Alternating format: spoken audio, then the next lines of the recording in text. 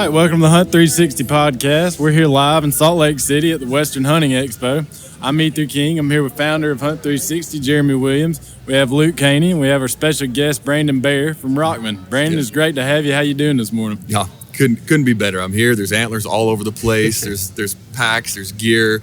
My daughter and I just walked around this place this morning, and she's just all giddy, getting ready for her hunting season. What can I get and load up with my pack? So couldn't be better right now, man. Yeah. It's been a blast. This is the place to be to see some big mule deer and some big elk. Isn't it nuts? All these are dream bucks. You like, man, if I could just see one of these. Well, I can come here. You can see 300 of them. Exactly. It's ruining my daughter though, because she comes in here like, Dad, you got to get one of these, or I want one of these now, And I'm all like, well, we'll work our way up there. Yeah, that sucks. When reality hits. Absolutely. Back to general season.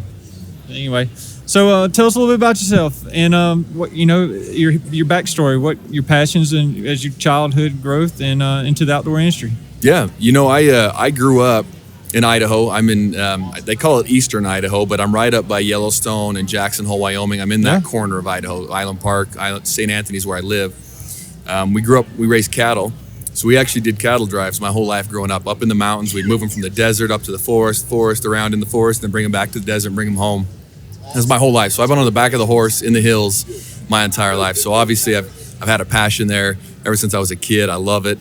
The moment I could carry a gun, I think I got my first gun at 5 years old, and I've been killing things ever since, and just love being outdoors. So. You live in a beautiful area. I came out of the west gate of Yellowstone last year and come into Idaho, then ended up driving down to Salt Lake. But man, I was surprised at all the agriculture in that area. Yeah, you drove right. You drove right through you even drove through my property. I got property on both sides of that highway, so you drove right through my place.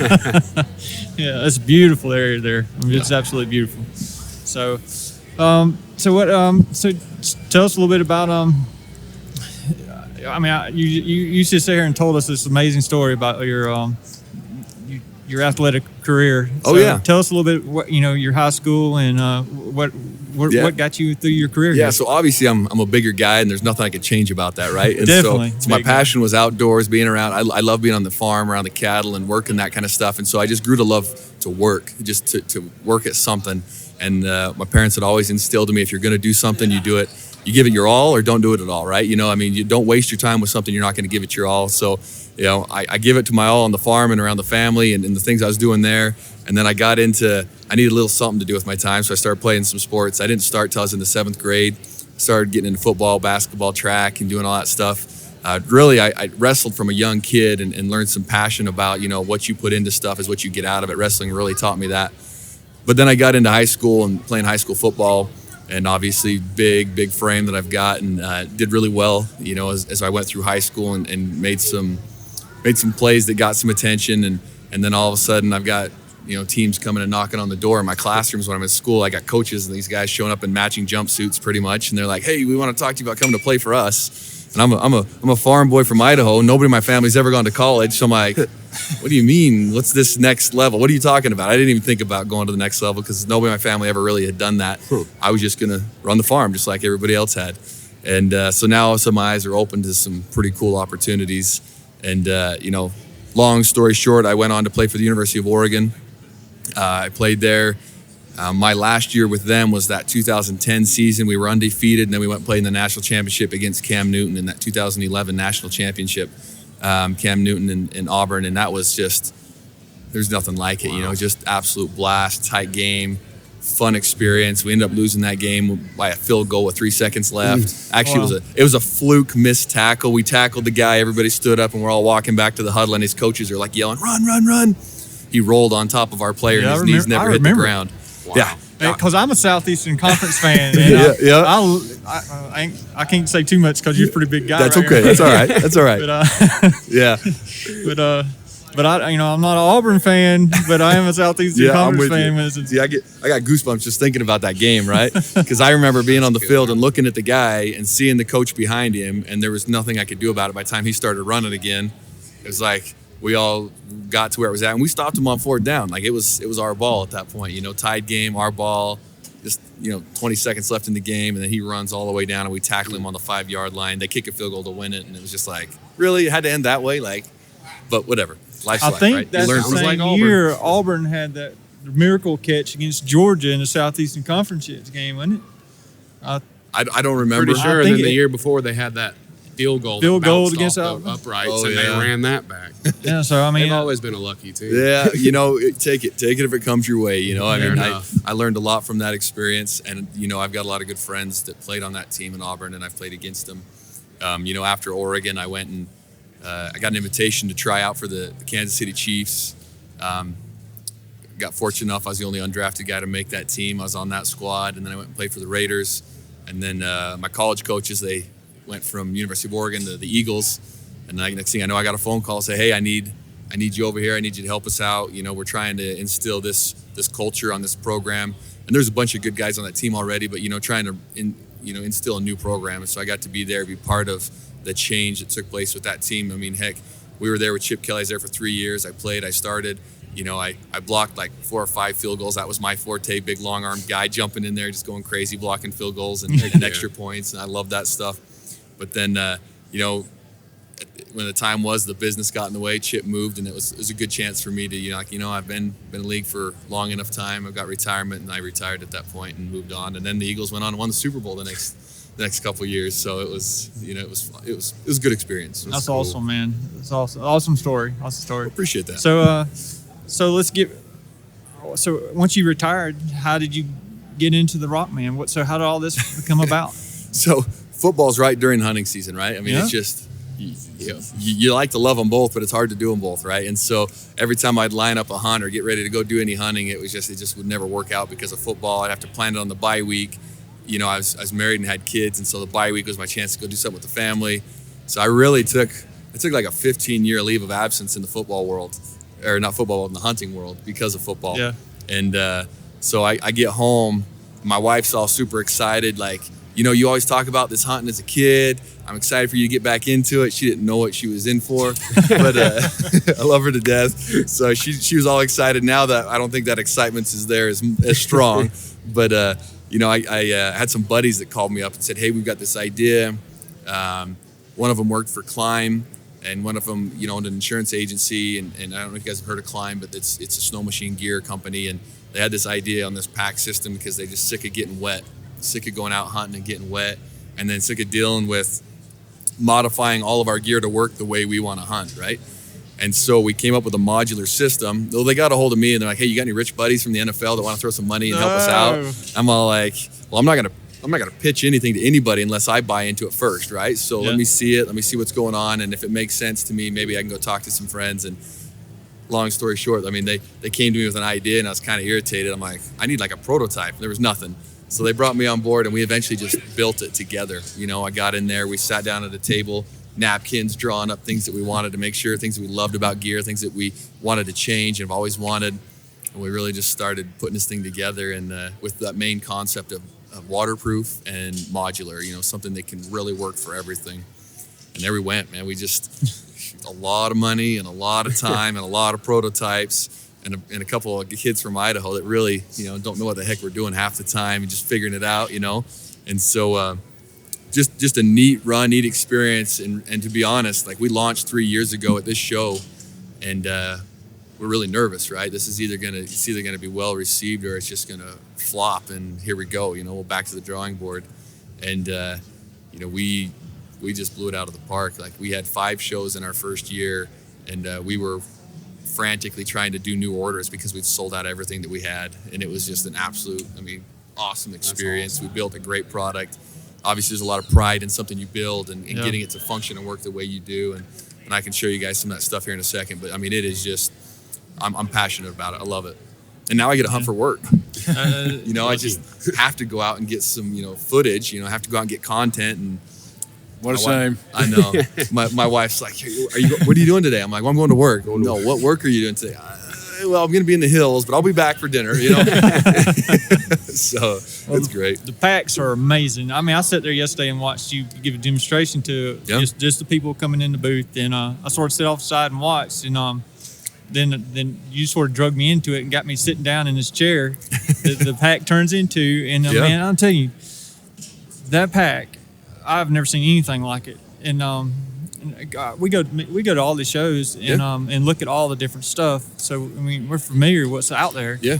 But those are just unbelievable how waterproof they are. All the quality. Yeah. It's top quality. Yeah. Carbon fiber. It is, and we wanted a premium product. We didn't want to just go build another $50 pack on the market. We wanted something that was going to last, something that we would be willing to put a lifetime warranty on, and just make this thing go. You know, I mean, we've done that, right? You know, we've built it. We've done a great job with it. Like I said, it's been well received. And you've seen us at the booth. Once we start doing a demo, because we have to show it, right? It's modular. It's not like go in there, pick out which one you like. You know, we literally have to show how this product works. And as I'm doing that, that crowd just gets bigger and bigger and bigger. And before you know it, the whole aisle's blocked and nobody can walk by. And I'm screaming, looking at behind people, and they're like, "Oh, there's people here looking at this too, right?" And it just grows every time we do a demo, and it's fun. It's pretty exciting. Oh, it is. I mean, I was excited sitting there. I mean, the energy and the passion that each one of y'all have over there. It's just you're just blowing it out of the water. Thanks, boss. I appreciate it.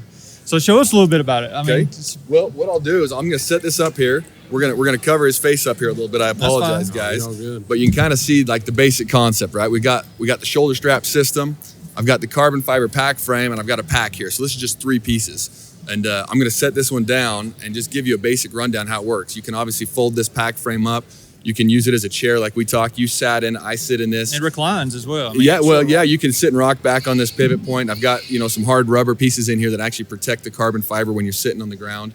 And then I've got a pad in here in the bottom, and it's waterproof fabric. So when you're sitting down in the dirt, your butt's going to stay dry at least. You'll be, it's no memory foam pad, but it's better than the hard rock, right? Yeah. So, you get this, you look at this carbon fiber, and our factories are unbelievable. They just knocked it out of the park. Anybody who's ever built anything with carbon fiber, I mean, the quality of this is just unreal. We got the tubes here on the side with the flat pieces integrated with them. It is awesome. I mean, it flexes, it gives, but it's super durable and strong.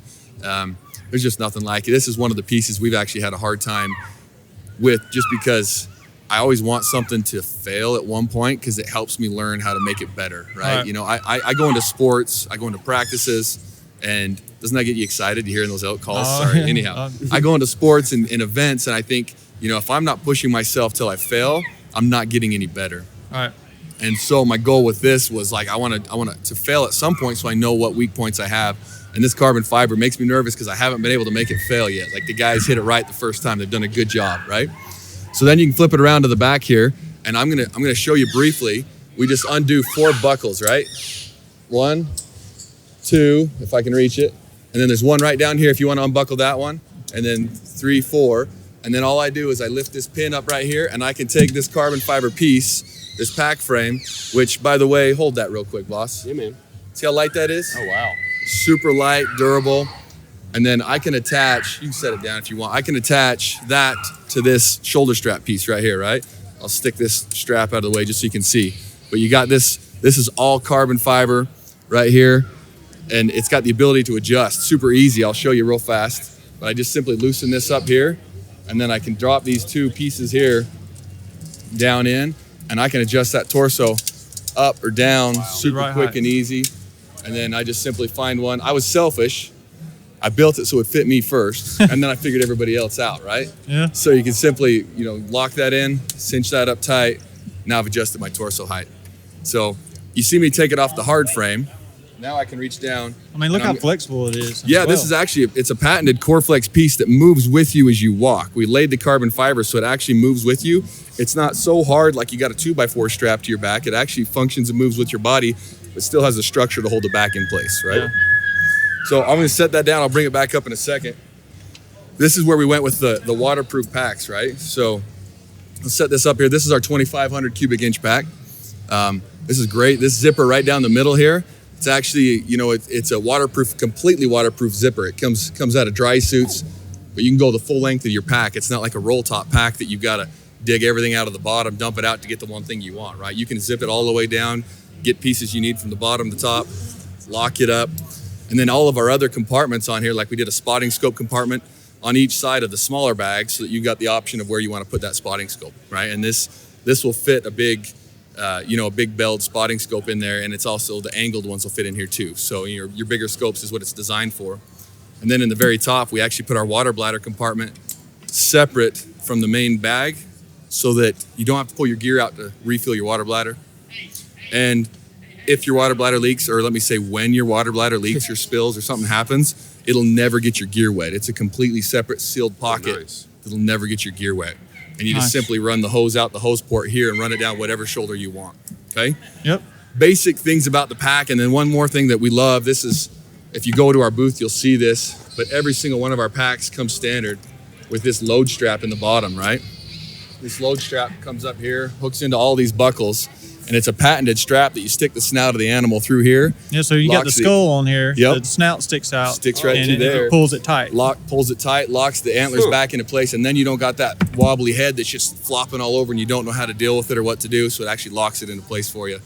So pretty slick the way that works, and then it just tucks away in here and zip it up and it's all packed away nice, right? But you see and you notice there's no shoulder straps on this, so do I have to run it with that pack frame? And the answer is no. You can run it really however you want. You take this pack frame, and I don't know how the camera angles are, so I'm just gonna do this, but you simply just set the hooks in the bottom right here. Just like we did before, I take this pack frame. You got a regular day pack. Put this pin in here, and then hook up my load lifters and my straps that hold your weight right here. There's 2 buckles up top, 2 buckles on the bottom, and now you got just a regular day pack. That's what goes right here? Yep. Yeah, you just click that in there, and now I've got a regular day pack that I can use. So pretty slick. I can use it with the hard frame. I can use it with this pack. I can even take this pack and stack it on top of my big bag, right? I've got a bigger bag than this. So what's the cubic inch of the big bag? The big bag is 5,000 cubic inches. And this one will actually 2,500 clip to the cubic back inches. of that one. Yeah, yeah. So they're like sandwiches. You just keep stacking them. You literally can, and I'm actually, just because we're talking about it, and you got me here, I'm gonna show you real fast, okay? That was a horse that we just heard there. Yeah. Interesting. So I've got